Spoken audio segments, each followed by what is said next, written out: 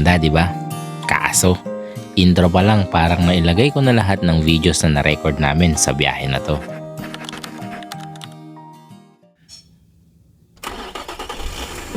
Pero kulang man tayo sa footage, syempre tuloy ang upload. Dito sa video na to, ipapakita namin sa inyo hindi lang yung magandang tanawin at hindi lang yung saya na naidudulot ng camping. Gusto rin naming makita nyo yung mga struggles na pinagdadaanan ng gaya naming baguhan sa mundo ng camping at syempre sa mundo na rin ng vlogging. Ano ang gagawin natin? So, siguro maghanap ng mga kainan tanghalian. Oo. So, maghanap kami ng mga kainan dyan sa tabi-tabi. So, wala mo nang luto-luto. Siguro next time yan kapag mga... Sa parte na ito ng biyahe natin, sobrang pawis na kami ni Hal. Pero hindi pa rin namin na-realize na sira na pala ang aircon ni Press Bolt. na natin tong si Bolt. At punta na tayo Let's sa... go Bolt! Let's go Hal! Let's go Oliver! Let's go! At dahil wala na nga tayong aircon, nag-decide na kami na sa malamig na lugar na ang susunod nating campsite. 5 hours pa mula Cabongaon Beach hanggang Maliko. So sa ngayon, lunch break muna. Kain tayo guys! Ayan, lunchtime. So, paglabas lang dun sa galing sa, Cabongaon. Hindi ko pa rin na-memorize yung pangalan. Sa paglabas nun, after ng Lubak, kung ano na lang yung pinakaunang nakita namin na kainan, dun na kami. Sa akin, dinuguan. Ano yan, Hal? Pinapaitan? Pinapaitan. Pinapaitan. At tapsilog kay Baby Boy kasi mahilig sa itlog yan eh. Yan. More. O sige, kain ka na lang. Itong ano nila, dinuguan nila. Maano siya oh, mamantika. Dinuguan ng Pangasinan. Marami.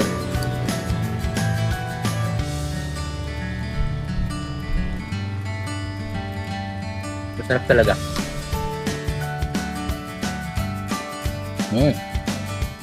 Ang sarap guys. Pero syempre, may dinuguan at pinapaitan nga rin naman sa Nueva Vizcaya.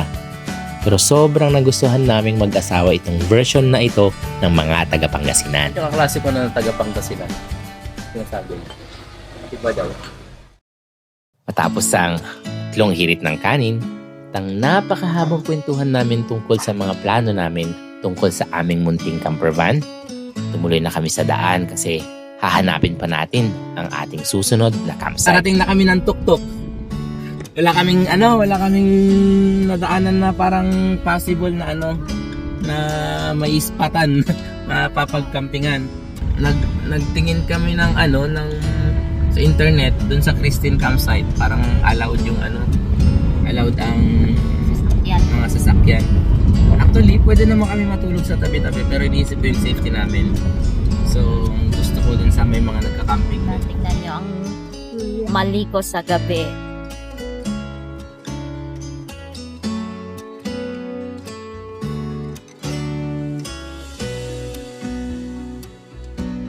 Ang ganda.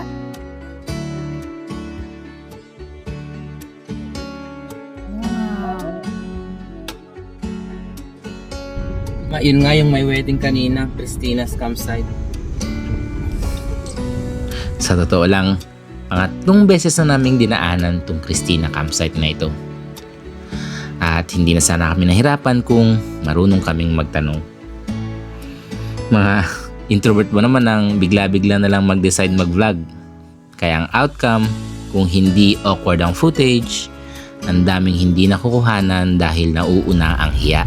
Ay, tinakpan na wedding. Wala. Oh. Pinaipan niya na? Yung? Ayan o. Yung wedding, tinakpan na? Bukas ang wedding. Tanungin mo nga kung pwedeng mag-camp dito. Baka na-reserve na nila. Oo, na-reserve na ito. Pero mayroon naman matanong camping. Tanungin natin. Hello, my Papa and Pepe. Walang saan tayo pwede magtanong.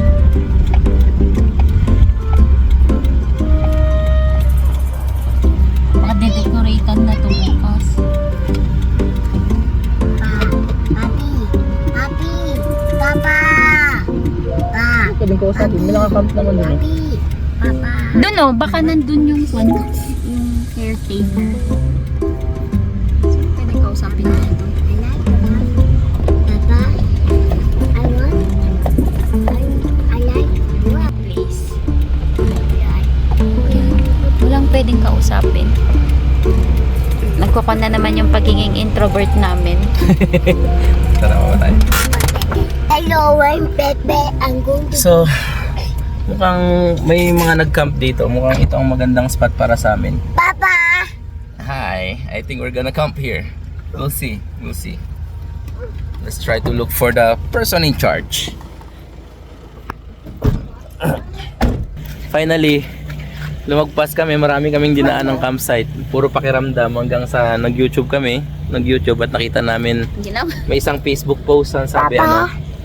nakita ko may mga camper van na sa picture. Tapos, yun nga, tinignan ko yung pangalan, Christina's Hello. Christina's Campsite. So, palagay ko dito ng position ng may kasal bukas. So, Maga kami Oo. uuwi. actually medyo pricey. So, 200 per head, 200 plus 200, 500 daw yung van. So, 900. Actually, for 3 days dapat yun. Pero nakiusap na lang kami kahit bayaran na namin yung buong 3 days, 2 3 nights. days. Importante meron ma-experience namin kung ano na to. Yan. Hindi mo na mababayaran yung experiences. So, ayan. So, yan. Ayun! Ang ganda! So, ang ganda ng view dito. So, malamig din and maraming pine trees.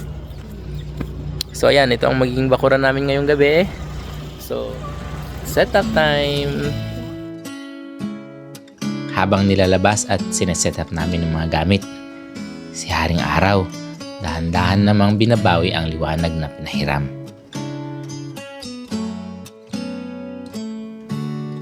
At sa tuluyang paglubog ng Haring Araw, umapalit na yung ambience na alam naming mag-asawa ay hahanap-hanapin na namin.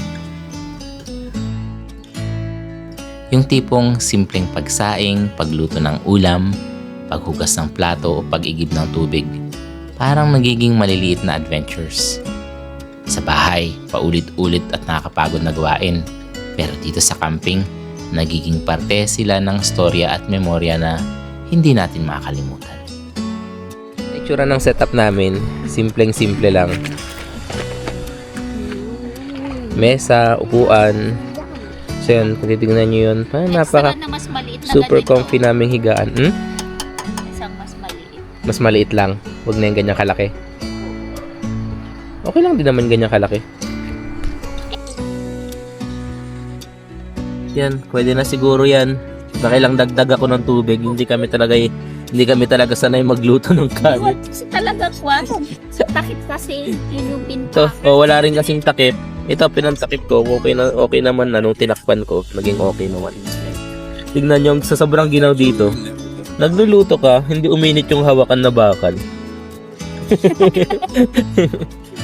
Sa sobrang ginaw. So, ano pa pong next? Papatayin ko na to, madam.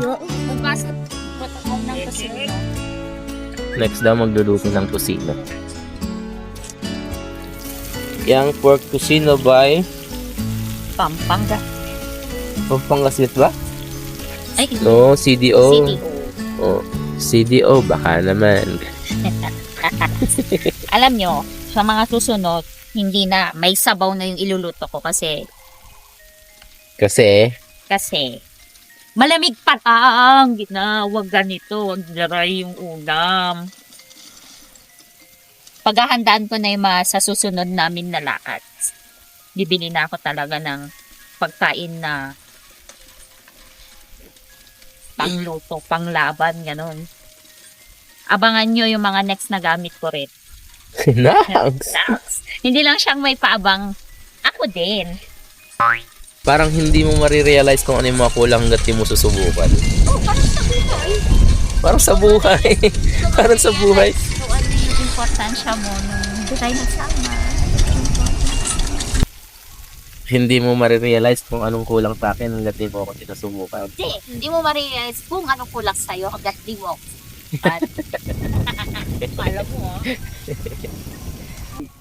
Is it comfy? You, Is it nice and comfy? pasok I'll ka sa play loob. this one. I want You wanna go inside? You wanna go inside? Dulo, comfy dulo. Warm dun sa van natin. You wanna go inside? no. No. It's nice and comfy outside. Wrap in blankets like this. Yes. Okay. Love you. Love you too. I'm not but a burrito. You look like a burrito.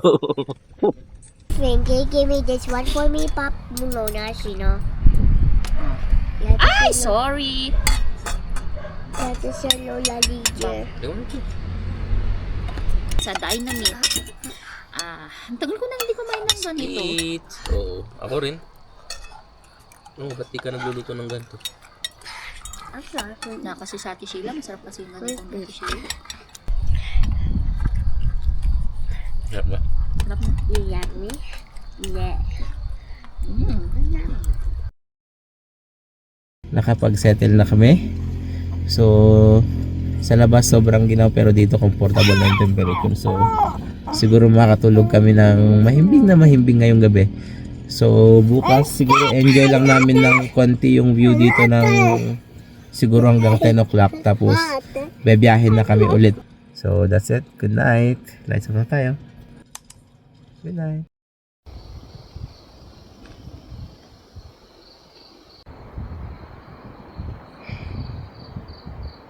Good morning. Good morning. Good morning, baby boy. Good morning, Pepe. Good morning, Pepe. Ayan, late kami nagising. Alas 7 na. Dapat mga 6 ang gising namin.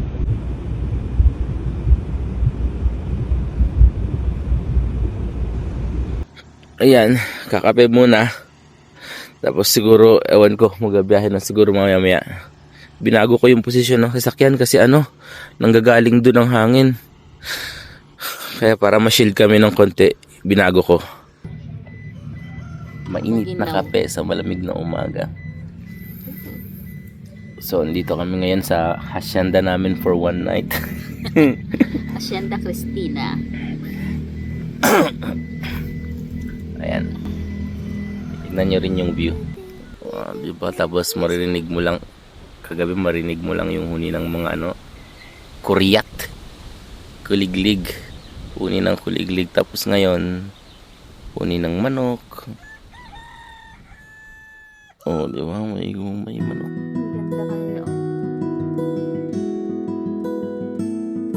Matapos namin i-enjoy ang ambience at ang view ng Caraballo Mountains dito sa Cristina's Campsite, nag-pack up na ulit kami para ituloy ang journey.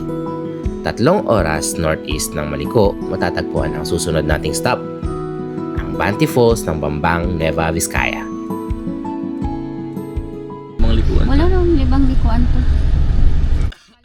Pabambang na. Hindi ko kasi talaga kabisado. Ngayon lang ako talaga lumabas-labas ng Vizcaya na walang driver. Walang driver! Ako ang driver ngayon. So, yun na muna ang plano. Punta ng Bambang. Bumaba ng muna Banti dito Falls. sa bundok, tapos may signal na doon. Punta na natin yung Banti Falls. Hindi ko maipin kasi walang internet dito. Ayun, tingnan nyo, oh my guys. Ayan, ganyan lang din kalaki yung van namin.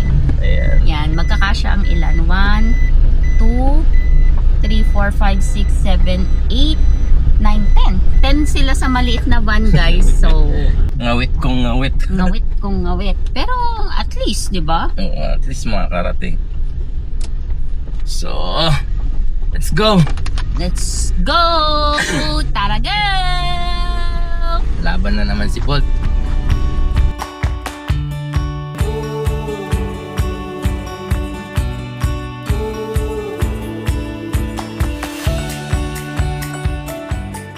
Ito ang unang long ride ng inyong lingkod. At akala ko, mapapagod ako. Yung tipong hindi ko na ma-enjoy ang biyahe kasi ako ang driver. Pero kabaliktaran ang nangyari. Hindi ko masyadong naramdaman yung pagod. Siguro dahil alam kong kahit saan kami mapadpad, pwede kaming huminto at magpahinga. Stop muna kami dito sa isang tabi. Tapos sa Banti Falls. Tabi sa Banti Falls. So, cancel muna yun. So stop muna kami dito. Tignan namin kung anong pwedeng ipalit na destination kasi masyadong mahirap yun para sa bata. Awesome, Papa. Pwede ko siyang buhatin pero naranasan ko na yan nung nagpunta kami ng Baol Falls. 30 minutes ko siyang binuhat. Ang hirap. Trek ng ilog pataas. Oh, nakakapagod. Ayan, wala pa kaming destination. Ayan. Mostly sa Nueva Vizcaya, ganyan ang view na makikita mo. Bukod sa mga bundok mga palayan. Nakakalungkot lang na ang daming kalat-kalat.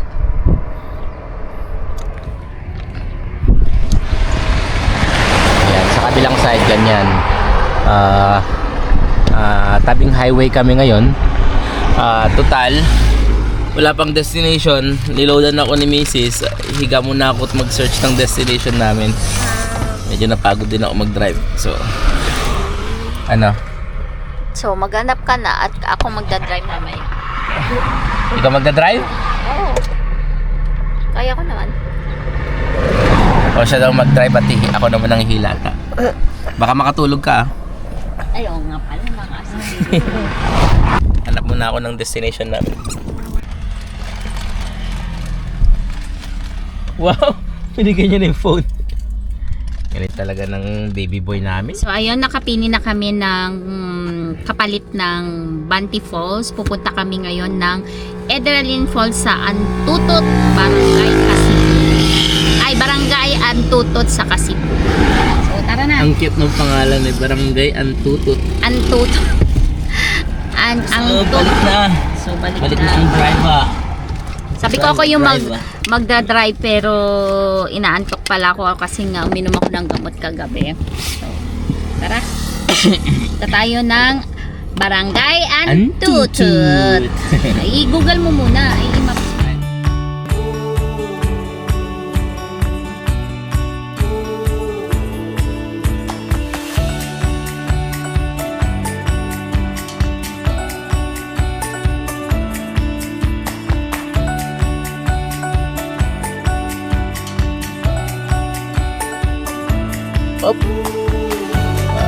Yeah.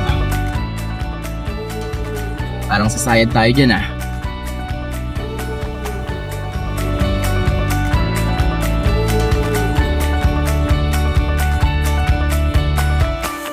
We're going to register daw.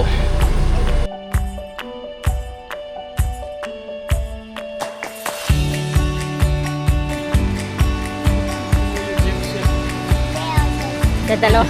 Medyo nakakatakot din pala to. Yumuyug siya. Kaya nga eh.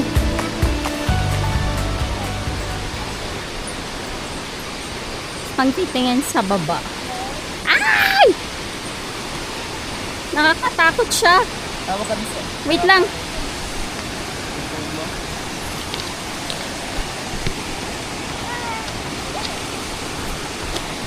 Yan, kailangan ko nang humawak kasi yumuyug-yug talaga.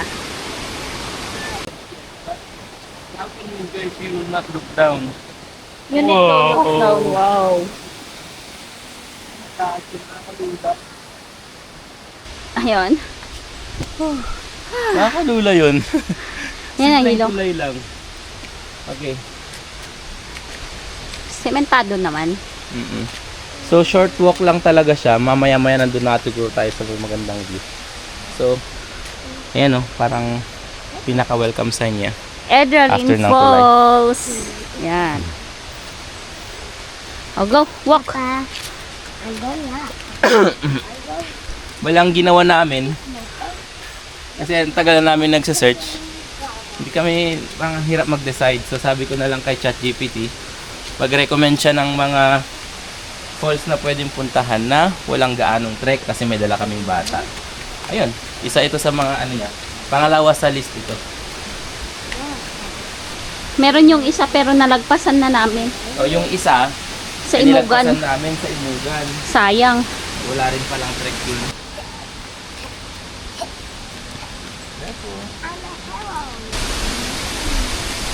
Whoa! Wow! There's a clock down. want to swim?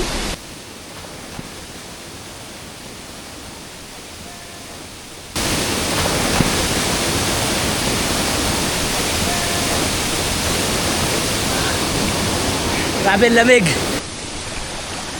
Hindi ko lubos maisip bakit mula pagkabata hindi namin to napuntahan.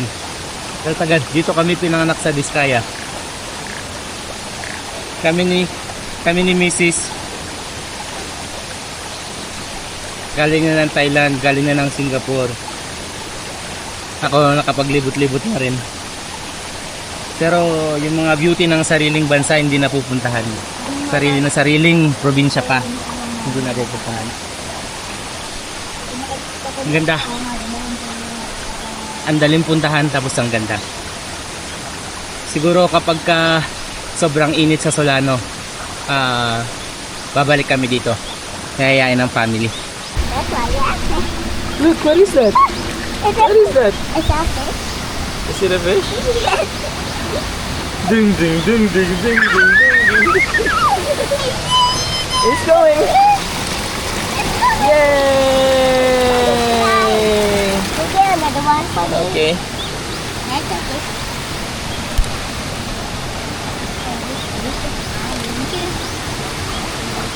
Oh, ang bilis! Ayun na! Wow! Galing kami dyan ako nag-dive kanina. Andito yung falls na akala namin yun na yung Edralin Falls. Pero nung pinalipad ko yung drone, nakita ko meron dun sa taas. Parang mataas pa na ano. Kaso, hindi pa open sa public. Paakyat kami ngayon, pinigilan kami nila kuya. Pinigilan kami kasi kagagawa lang tong mga ano na to, tong mga railings na to. So, sabi nila bubuksan daw yan soon for public. At sabi, mas maganda daw sa taas. So, something to look forward to. Something na babalikan. Siguro, kapag ka-open na to, isabay natin sa Banti Falls kapag kadalawa lang kami ni Mrs. Dalawa lang kami. So, Tsaka complete year. ibig sabihin, ano na para kumain. Alauna na rin, gutom na ako. Ako din. Chichirya na lang muna kami. Mama, Siguro dito na matatapos yung video. So kung nakaabot kayo sa part na to ng video, salamat sa panonood. At abangan nyo yung mga next videos namin, next na adventure. Yung mga upgrade dun sa camper van natin, abangan nyo. So yun na lang muna, bye-bye!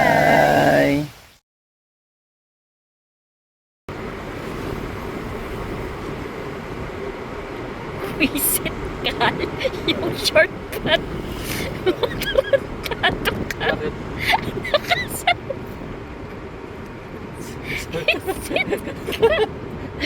Hindi nalaglag. Sabi ko makakalimutan yan eh. Nakalimutan talaga.